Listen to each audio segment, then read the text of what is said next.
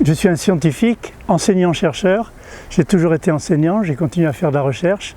J'ai travaillé dans le domaine de la biologie moléculaire et des molecular graphics, c'est-à-dire d'utiliser des ordinateurs pour visualiser des structures chimiques complexes.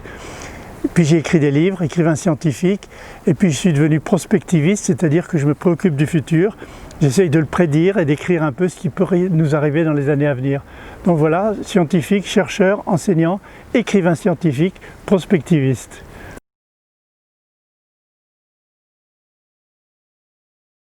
Je pense que les enjeux les plus pressants actuels, c'est d'avoir une vision contextuelle de la complexité du monde. Pas seulement faire ce qu'on appelle de l'analyse, comme Descartes nous l'a appris à découper la complexité en petits morceaux, ce que tout le monde fait. Mais le sujet n'est plus là, le sujet est dans la combinaison des éléments pour avoir une vision globale, une vision d'un système complexe et savoir comment on peut manager la complexité plutôt que de l'analyser. C'est pour moi le principal enjeu du futur, c'est le management de la complexité par les chefs d'entreprise et les politiques.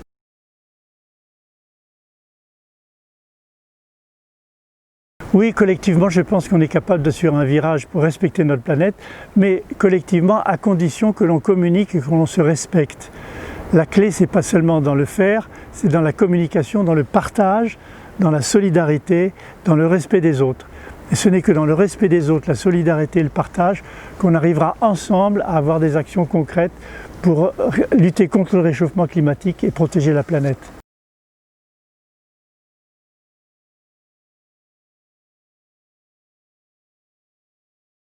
Oui, je pense que le risque paye. Je pense que les chefs d'entreprise doivent prendre des risques cohérents en faisant de la prospective, en comprenant pourquoi ils prennent ces risques.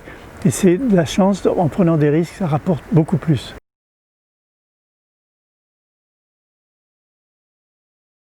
Bien sûr, c'est important pour moi de transmettre ces idées parce que pour moi, le surf est une métaphore de la vie. Une métaphore de l'équilibre contrôlé, du déséquilibre, de l'adaptation et de l'anticipation. Donc ce sont des éléments dont les managers ont besoin aujourd'hui. S'adapter, anticiper, garder son équilibre en fonction d'un but qu'on s'est fixé. Donc le surf, c'est plus qu'un sport, c'est une métaphore de la vie et c'est pourquoi j'ai voulu écrire au-delà du sport, qu'est-ce que ça nous annonce sur la société de demain et comment on peut partager le pouvoir de manière transversale plutôt que de continuer dans ces sociétés de pouvoir pyramidales qui contrôlent les gens et qui ne leur laissent pas de liberté d'expression.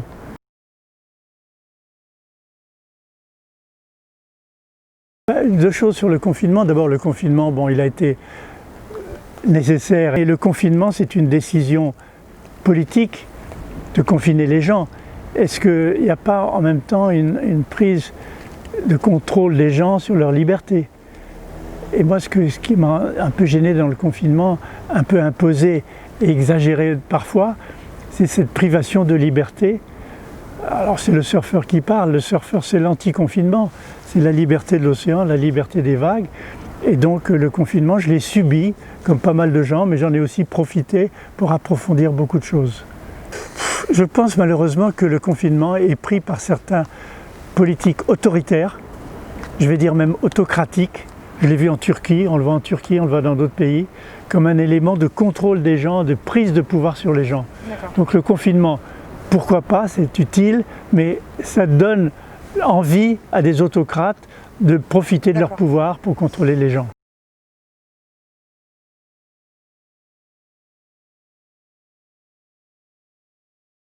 Ça a tendance à neutraliser le mouvement bottom-up. Le mouvement bottom-up, il faut qu'il s'équilibre par le contact avec les gens, ce que j'appelle moi dans mon jargon la co-régulation citoyenne participative. Cette co-régulation citoyenne participative, on a de plus en plus besoin. Or le confinement, c'est le contraire.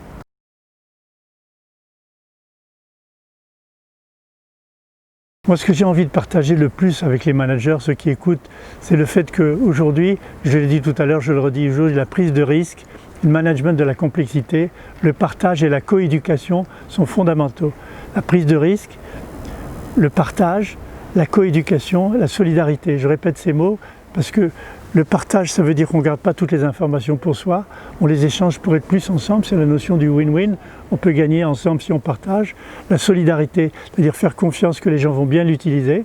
La générosité, pour donner des informations qui jadis pourraient être considérées comme concurrentielles et donc privées.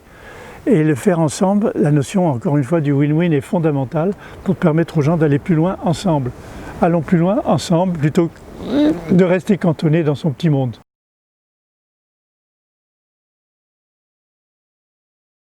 Absolument, ce que je disais là est toujours valable. Dans l'entreprise 2030, c'est dans 10 ans, mais plus que jamais, je tiens à ce que j'ai dit.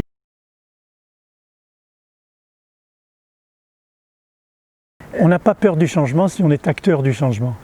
On a peur du changement s'il est acté par d'autres. C'est comme les gens qui sont sur la vague, ils sont dans le changement puisque la vague bouge tout le temps, ils anticipent ce qui va se passer. Il y a une personne qui peut regarder les vagues en mettant sa serviette sur le sable, il sera éclaboussé par les vagues. Eh bien, le manager doit être acteur du changement. Il doit surfer le changement, il doit surfer la vie et il doit prendre en compte les risques qu'il prend, mais en même temps les bénéfices que ça peut apporter à son entreprise. Ne pas avoir peur du changement, être acteur du changement, c'est la clé de la modification des entreprises de demain.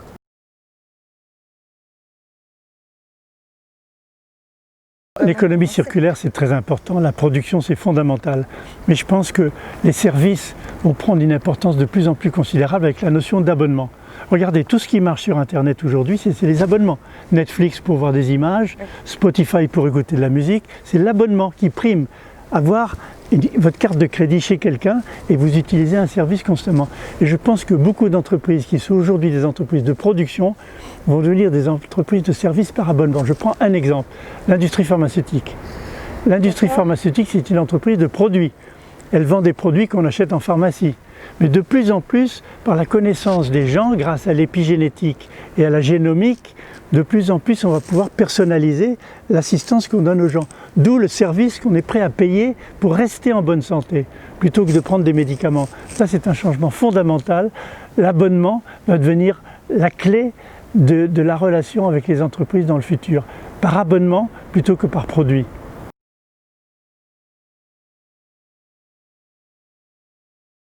Oui, sur mesure, personnalisation, abonnement. Mais regardez ce qui marche, c'est déjà ça. De Airbnb à Netflix, en passant par Spotify, c'est un abonnement pour avoir un service.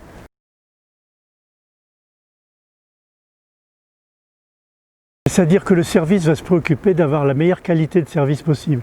Et pour avoir la meilleure qualité de service possible, de penser à la supply chain qui conduit à ce service. Et donc au problème de développement durable, au problème d'approvisionnement, au problème de qualité des produits, le service ne peut être bon que si la supply chain est efficace.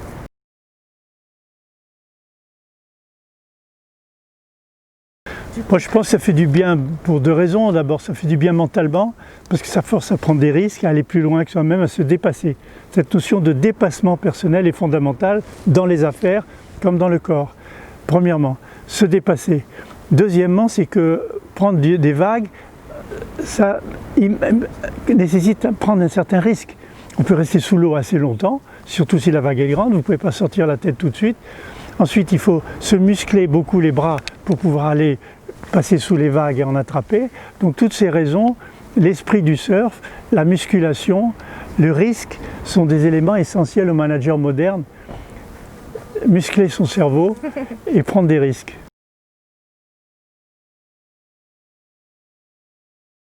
Je pense que la notion fondamentale, c'est la glisse. La glisse est une qualité qu'on obtient avec le bon matériel, avec les bonnes conditions, mais on peut appliquer la notion de glisse à la vie. C'est-à-dire, plutôt que de s'affronter dans des rapports de force, on peut essayer d'échanger dans des rapports de flux. Ça, c'est la glisse. Les rapports de flux, c'est le win-win, le donnant-donnant. Je donne, je reçois. Je gagne, tu ne perds pas.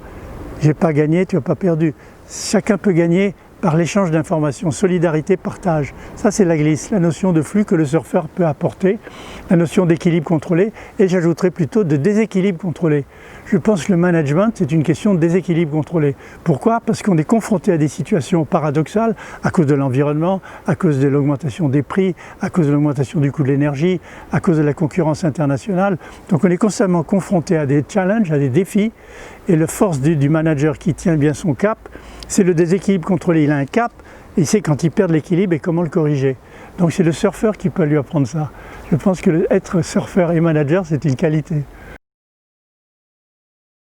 Les esprits de la glisse, moi ça m'a beaucoup aidé dans le management de la science. Je n'ai pas fait que de la recherche et de l'enseignement. J'ai managé des grands instituts scientifiques. J'étais à l'Institut Pasteur, directeur des applications de la recherche, à la Cité des Sciences, directeur de la prospective. Donc j'ai managé des gros instituts scientifiques. Je pense que les qualités du surfeur manager, c'est la glisse et la capacité, plutôt que de se confronter à des murs, de trouver le moyen de glisser autour.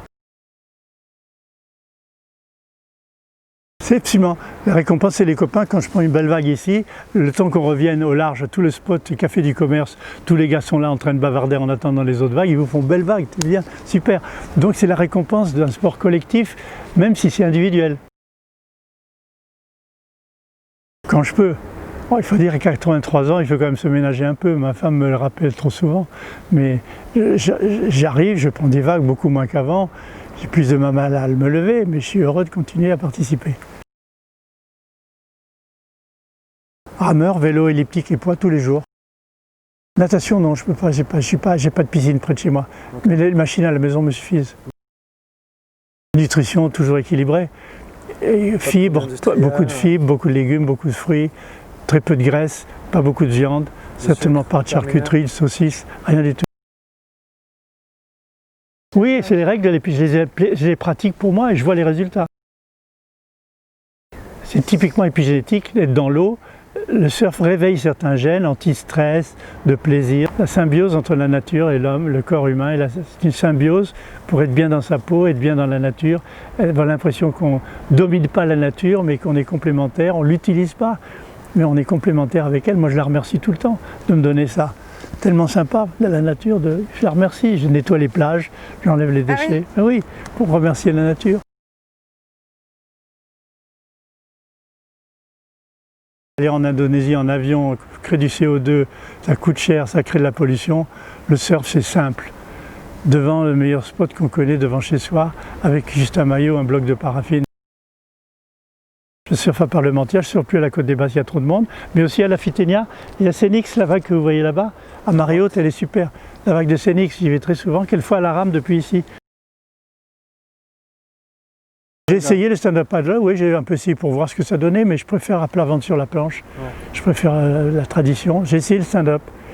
J'ai aussi un truc qui s'appelle Ergo Surf, qui est un t-shirt gonflable devant, qui permet de s'appuyer dessus, d'être cambré, et on peut ramer des heures sans se fatiguer.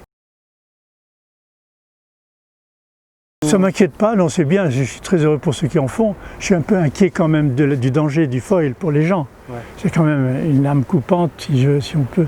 Et puis quand ça se retourne, vous avez vu comment c'est dans la vague. Hein. Donc ça ne m'inquiète pas, je suis content pour ceux qui le font. J'aimerais bien essayer aussi. Joël, vous nous avez parlé de l'esprit de la glisse. Absolument. Indissociable de votre planche préférée? Indissociable de cette planche qui est tout à fait particulière, c'est une quattro, comme on le voit, elle a 4 dérives, ce qui veut dire que la dérive la plus au large, elle accroche dans l'eau comme des skis paraboliques. Donc on peut faire des virages. Ces 4 dérives sont fondamentales parce que, comme vous le voyez, sorte de l'eau. La dérive est très près du bord en anglais. Là, on peut faire on peut carver, on peut faire des virages, revenir, faire des rollers, des cutbacks. Ça, c'est fabuleux pour cette planche. Elle a d'une bonne taille, elle est assez grande pour pouvoir ramer facilement, bien recourbée au bout quand il y a du clapot, mais suffisamment petite pour la manœuvrer. C'est votre planche pour les grosses vagues? Celle-là, la planche, je la prends pour tout. Celle-là, je la prends pour les petites vagues, je la prends aussi pour les grosses. Il vaut mieux avoir une planche plus courte dans les grosses vagues qu'une planche trop longue parce que souvent le vent rentre en dessous et elle tape.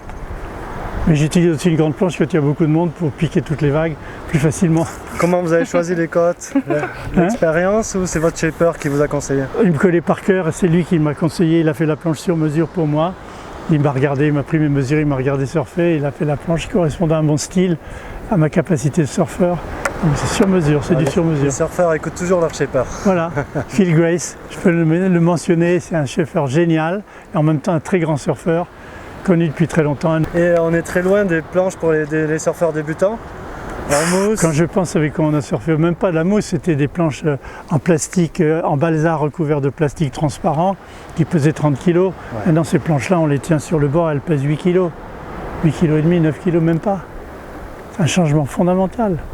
Les parents aujourd'hui ont peur des accidents pour leurs petits-enfants qui veulent devenir des surfeurs? Oui, il ne faut pas qu'ils aient peur. Il y a 2 ou 3 règles à connaître que je dis aux parents et aux enfants. Premièrement, quand tu tombes et que la planche n'est pas sortie de l'eau, reste sous l'eau.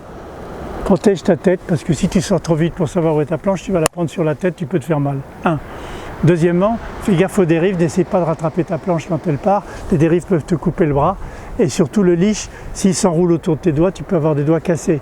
Donc n'attrape pas la planche par le leash. Donc 3 trucs à faire attention. Rester sous l'eau, attendre que la planche retombe, pas attraper le leash, pas essayer d'attraper la planche par les dérives.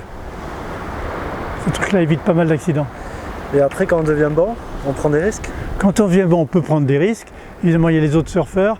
Il faut surtout être très respectueux des autres surfeurs. Respecter la priorité, parce que quand tu laisses une belle vague à un copain, tu lui dis écoute la prochaine c'est pour moi, il te la laissera. Mais si tu lui piques tout le temps, il va te la piquer tout le temps. Donc il faut être respectueux des autres et généreux.